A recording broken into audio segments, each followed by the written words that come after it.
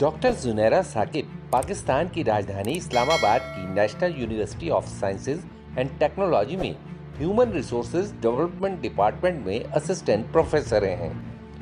The express Tribune में उनका छपा एक लेटर बहुत सुर्खियों में है। ये लेटर डॉक्टर जुनैरा ने श्रीलंकाई नागरिक प्रियांथा कुमार दियावदाना की पत्नी निरूषा दिसानायके के नाम लिखा है।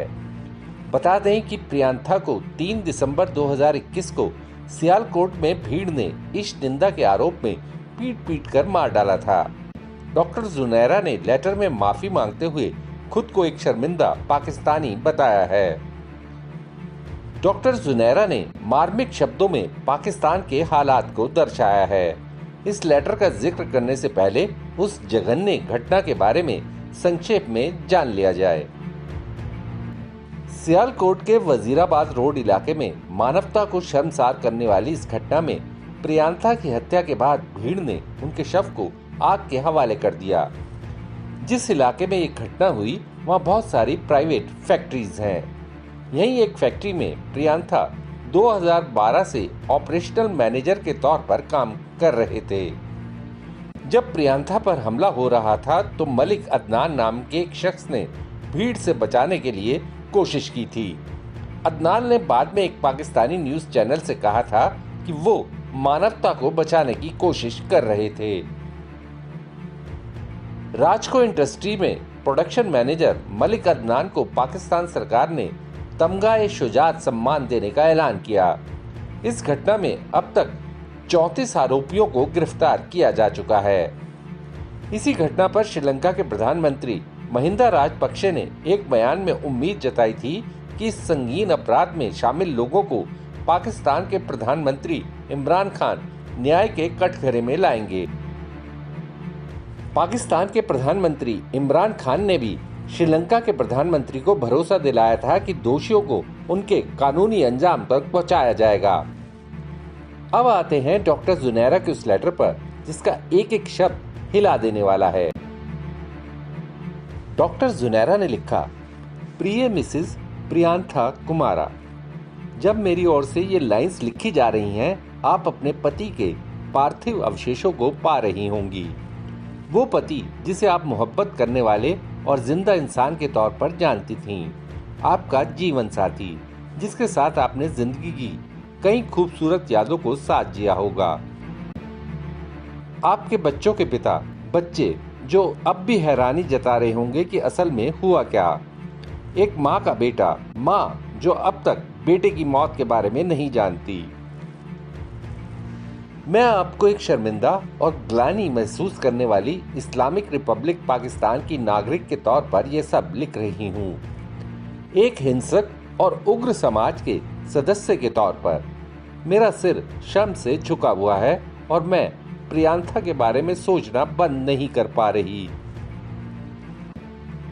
काश मैं आपसे कह सकती कि मैं जानती हूँ कि आप कैसा महसूस कर रही हैं, लेकिन ऐसा मैं नहीं कर सकती।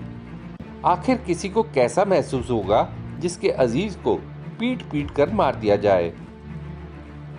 मुझे हैरानी होती है और मैं ये सोच कर रोती हूँ कि वो कैसे आपको और अपने बच्चों को आखिरी बार देखने के लिए प्रार्थना कर रहे होंगे।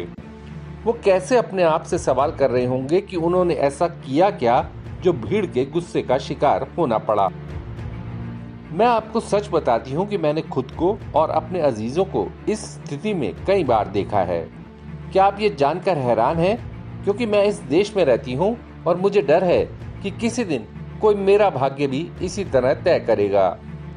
किसी दिन कोई ऐलान करेगा कि मैं या मेरे प्रियजन उनकी धारणाओं के ढांचे में अब फिट नहीं बैठते।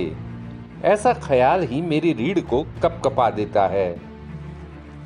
मैं चाहती थी कि आपको मलिक अदनान के बारे में बताऊं, जानवरों के समंदर में अकेला इंसान जिसने आपके पति को बचाने की कोशिश की। मैं चाहती थी कि आपको बता सकूं कि अदनान असली पाकिस्तान है, ना कि गुस्सैल भीड़, लेकिन मैं ऐसा नहीं कर सकती क्योंकि मैं ऐसा करती हूँ तो वो झूठ बोलना और ढोंग होगा। सच तो ये है कि अदनान दुर्लभ प्रजाति है। उस जैसे लोग या तो हमारे समाज में होते ही नहीं या वो अपनी सोच और विचारों के साथ छुपे रहते हैं। अदनान बहादुर है, अदनान हिम्मत वाला है। अदनान में भीड़ के सामने खड़े होने और आपके पति को बचाने के लिए आगे आने का जज्बा था।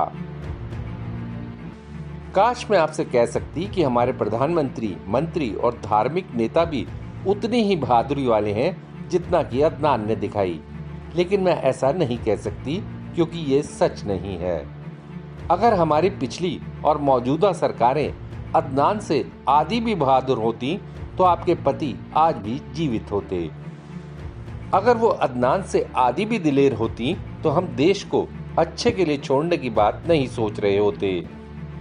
लेकिन उन्हें पॉपुलर वोट चाहिए। वो भीड़ को नाराज नहीं कर सकते, वो इससे नहीं निपट सकते। वो कायर हैं। वो आतंकी संगठनों से शांति समझौते करते हैं। वो पाकिस्तान का असली चेहरा है। काश मैं आपसे कह सकती कि ये अकेली घटना है, ऐसा जो फिर कभी नहीं होगा, ऐसा जो पहले कभी नहीं हुआ था। ये चुन्नी गोठ में 2012 में हुआ। ये 2012 में ही सीता गोठ में हुआ। ये 2014 में कोट राधाकृष्ण में हुआ। ये 2017 में मर्दान में हुआ। ये केवल 4 इश्निंदा लिंचिंग केस है जो सुर्खियों में रहे। सियालकोट शहर में ही ज्यादा अरसा नहीं हुआ, भीड़ ने 2 युवा भाइयों को डकैती के आरोप में पीट पीट कर मार डाला था। काश मैं आपसे कह सकती कि हमारे प्रधानमंत्री ने वादा किया है कि आपके पति की हत्या के दोषियों को कानून के अंजाम तक पहुंचाया जाएगा, लेकिन मैं ऐसा नहीं कर सकती क्योंकि ये सच नहीं है। मैंने जिन 4 घटनाओं का जिक्र किया उनमें एक भी दोषी को सजाए मौत नहीं दी गई। उनमें से अधिकतर ऐसे ही छूट गए। कुछ ने थोड़ी सजा काटी और अब बाहर आ चुके हैं या जल्दी छूटने वाले हैं। ऐसे में आपसे कहना चाहूंगी कि ज्यादा बड़ी उम्मीद ना रखें, आपको निराशा ही होगी। काश मैं आपसे कह सकती कि यह जघन्य हत्या असली पाकिस्तान नहीं दिखाती, लेकिन मैं ऐसा नहीं कर सकती क्योंकि यह सच नहीं है। यही पाकिस्तान की असली तस्वीर है।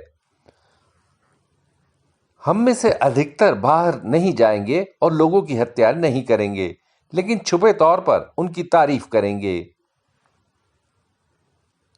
हम हत्याओं की निंदा करेंगे, लेकिन साथ ही अगर मगर लगाकर।